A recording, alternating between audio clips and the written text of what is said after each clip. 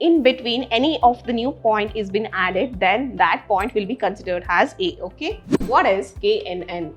KNN, as we know it, is none other than K nearest neighbor algorithm. There is no chance of might be, there be, nothing. It is must and should, a true case and a false case. Not spam in the sense actual correct messages. It is considered as truly negative.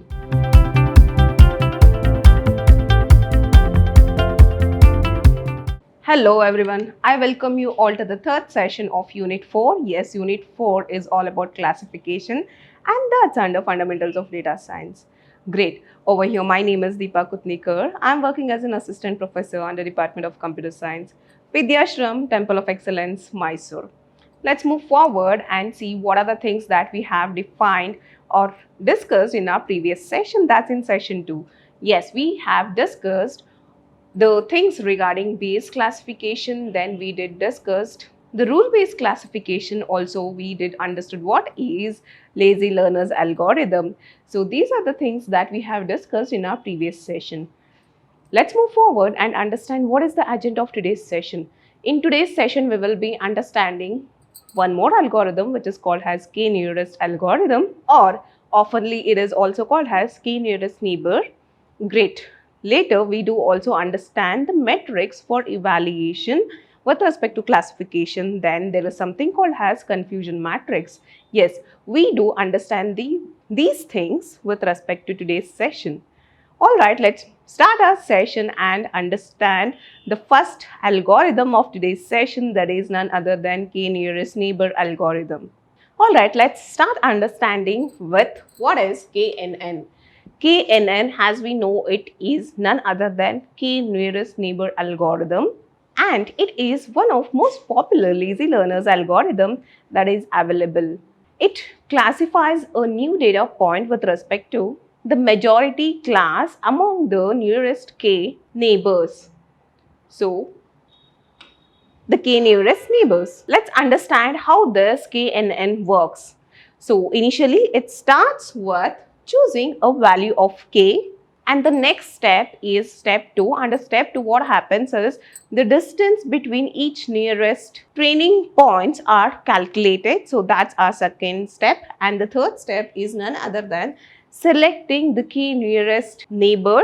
So with respect to the available neighbors, we will be selecting the nearest neighbor out of those available neighbors. Then further, in step 4, we will assign that class as most common among those available classes. What is it being assigned as? Has a most common class. Please note that it is being assigned as a most common among the available neighbors. So this is the process that is being followed under KNN. Up next, let's move forward and understand the distance measure. So we can't directly say that like this is the measure or this is the distance between every neighbors, right? So there should be some criteria or some terms for that, isn't it? So let's understand that terms. So this is a expression or a formula that is being utilized to calculate the distance in KNN. Thus, the expression is square root of summation of xi into yi of square. Now, what is this x and y? So, these are the neighboring points. So, if I am considering the first neighboring point and the second neighboring point, and in order to calculate the distance between these two first and 2 points, we will consider the first has x and the second has y. So, similarly, if I want to move at the next, that is third, fourth, again the variables keeps on changing or updating. So this is the formula, and this formula is very similar, or we can term it as a Euclidean distance formula, which is considered in order to find the distance between the K nearest neighbors. Thus, now let's understand this in a better way with an example. Let's consider we are having 2 classes and it is named as A and B. Alright. And now the value of K is also considered as 5. Okay. And now among those 5 nearest neighbors, we can assume that the first 3 can be allotted to A and next 2 will belongs to B. So this is a small representation of this expression, or the example states that how the nearest neighbors are being predicted. Clear? Let's move forward, and there is something like there is some measures through which we can easily ensure like what is the k value and how this k value is being allotted or considered. So let's move forward and understand that also. If in between any of the new point is been added, then that point will be considered as a. Okay, and now let's see how to choose the value of k. If the value of k is very small or negligible, then we can assume that it is very sensitive to noise. What if the k value is large? At those cases, there will be a smooth boundaries, but it may ignore the local patterns. With respect to this, we can note that the best value of k is usually chosen using cross validation. Yes, we have to cross verify the k values, whether it is a small one, it is a large k, then what is its impact, and the main application for which we are going with this k algorithm. So it has to match that end application also. So in that way, we can select the exact or the best value of k. So this is how we can choose a value of k. Let's move forward and understand the advantage of KNN. This algorithm is simple and effective. There is no training required, and it works very well for multi-class classifications. So these are the advantages. As we did understood advantages, let's move forward and understand its disadvantage as well as the applications. The main disadvantage of this is the process is very slow if we consider a large data set, and it requires large memory too. It is also very sensitive to any of the irrelevant features which are available along with that neighbors. So with this, the performance decreases if it has a high dimensional values. So these are the disadvantage. Moving with applications. So as we can see, these are the few applications like this KNN is used in data mining. It is also used in the machine learning as well as in the robotics and the sensor networks. So these are the various applications in which this KNN algorithm of classification is being utilized. Now we are done with the algorithms which are available in order to do the classification. Let's move forward and understand what are the different metrics that we can utilize with respect to evaluating the classifier performance. Exactly, performance plays a key role, correct? As we know, the performance plays a very important role or a key role with respect to any of the classification or any of the applications, right? So that's why now let's understand the various terms that are included in order to rate that performance. The first term is none other than the precision.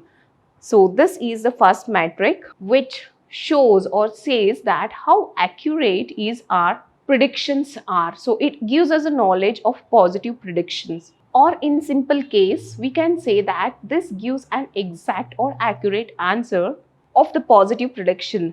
So let's consider that there are multiple positive predictions available, and out of those positive predictions or cases, how many are actually positive? So this is been provided by this precision. Alright, so with respect to this, in order to measure precision, there is a formula which is none other than precision equals TP. TP is none other than true positive. What is it? True positive. True positive divided by true positive plus false positive whole divided by the text. What is the text of that precision we have considered? Then it is also calculated through one more example or one more formula, that is none other than fractional of the true positive into true positive plus false positive, or the precision can also be considered or calculated by this formula, that is none other than true positive plus false positive into true positive. So whatever the formula we consider out of these, it provides a exact precision value. Alright, let's move forward and see a basic example for this precision. Yes, over here we know that TP is none other than true positive, which gives us information of correctly predicted precision, and the next one is FP, which is none other than false prediction, which gives us a information of wrongly predicted positives. Now let's consider an example where a model is predicting 50 students will pass and only 40 will actually pass. Now out of this, how to calculate the precision or the exact precision? So we can consider this 40 has a true positive, correct, right? So actually pass. So this can be considered as a true positive, and this 50 can be considered as true positive plus false positive, isn't it? What is this been considered as? True positive plus false positive. Thus, now let's calculate what is the percentage of precision. So we know that the precision is none other than true positive whole divided by true positive plus false positive, correct? So it is 40 by 50, which gives us an answer of 0.8, which is none other than 80%. So the precision of this model, we can say that it is 80% precise, and the false positives are very less. Great. Let's move forward and understand the second metric with respect to performance of classifiers. So that is none other than the sensitivity, which is also called as recall. Recall will tells us like actually what is the number of positive cases that were actually predicted, and it gives us an answer of like out of all actually positive cases, how many cases were actually correctly identified by the model. So it answers this. Let's see a simple formula for recall as well. So it is none other than true positive whole divided by true positive plus false negative, or directly text of recall, or we can also consider it has a fractional of TP, that is true positive into true positive plus false negative, or it can also be considered as true positive plus false negative into true positive. So let's move forward and understand this with the example 2. So true positive, this we have already learned, like it gives us a exact positive cases. Now with respect to FN, that is none other than false negative, it gives us a wrongly predicted cases. Okay, let's see an example. If there are 50 actual past students and the model correctly predicts 40 of it. Now let's put a formula here. This is considered as true positive and the 50 are considered as true positive plus false negative. True positive plus false negative, isn't it?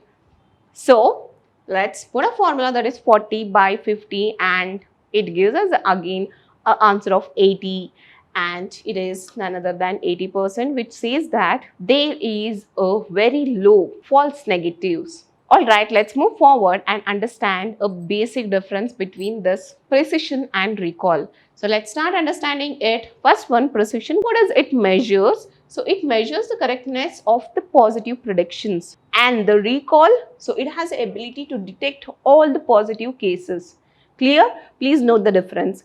Later, the precision is used or utilized whenever we want very less false positives, and this recall is being utilized whenever we want very less false negatives. So this is the difference, false negative, false positive. Okay, please note that false positives are very less when under precision, and false negatives are less at recall. So this is the basic difference with respect to these two. Alright, let's move forward with the next topic, that is none other than confusion matrix. So yes, with this name, don't get confused. It will not make us confused, but it helps us in making or understanding the things in a better way. Thus, there are various classification models, correct? Now, with respect to these classification model, we had many metrics and we have the procedure of its own, isn't it? Now, it will become important to note or coin the difference between these different algorithms which are available with respect to classification, correct? And in this case is what our confusion matrix helps. So this matrix is just a table-like representation, but it gives us a clear information regarding the performance of the confusion models. and it shows us exactly the number of correct as well as the incorrect predictions that are made by the model compared to the actual outcomes, So now let's see how a basic confusion matrix is been created or generated. Again, it has to go with few terms like TP, FP, FN and all. TP is none other than true positive and TN is none other than true negative. But how to construct this? It is very simple. First, let's write the prediction, and under that we will be writing positive, negative, again positive, negative. And let's move forward. If both are positive, then if both the row and a column is positive, then we can surely say that it is truly positive. Okay. Similarly, if my row is positive and a column is negative, then I can say that it is false negative. Clear? Let's move with negative. If my row is negative and a column is positive, then I can coin it as a false positive. Similarly, if both are negative, then I can coin or term them as truly negative. Clear? So this is a basic matrix structure for binary classification that we can consider. Clear? Now let's move forward and understand this TP, FN, FP and TN in a depth way. Okay, let's start with true positive, which it actually gives a positive value and the model predicted positive things. We can also say that it gives us a correct positive prediction. Next is true negative, which is the next one. That is, the next is true negative. Okay, so true negative means the model predicted negative, or it is actually negative and it is a correct negative prediction.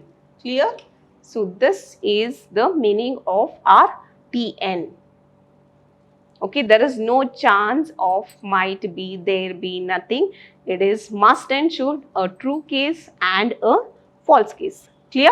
So let's move forward and understand next two cases, that is FP, which is nothing but false positive. The model predicted positive and actually it is a negative thing, but wrongly positive prediction or wrong positive prediction, and it can also be called as type 1 error. Okay, please note that it is generally considered as type 1 error. Up next is a false negative or a FN. The model predicts it has a negative and actually it is a positive one. Okay, it can also be considered as wrong negative prediction, also called as type 2 error. Clear? So this is nothing but our FP, FN, TP, TN. Clear? Alright, let's move forward and see a simple example for this. Let's consider our email inboxes. So in our inbox, definitely we will be having spam mails and not spam mails, right? So let's see the classification of confusion matrix with respect to these two considerations, that is spam and not spam. So under spam, initially we are having 80 mails, okay, and under not spam, that is spam, not spam, we have 20 of emails. Thus, we can consider this as TP, that is truly positive, and spam and few not spam are considered as false negative. Clear? Then not spam and spam mails, that there is a confusion and it can be considered as false positive. Further, not spam in the sense actual correct messages, it is considered as truly negative.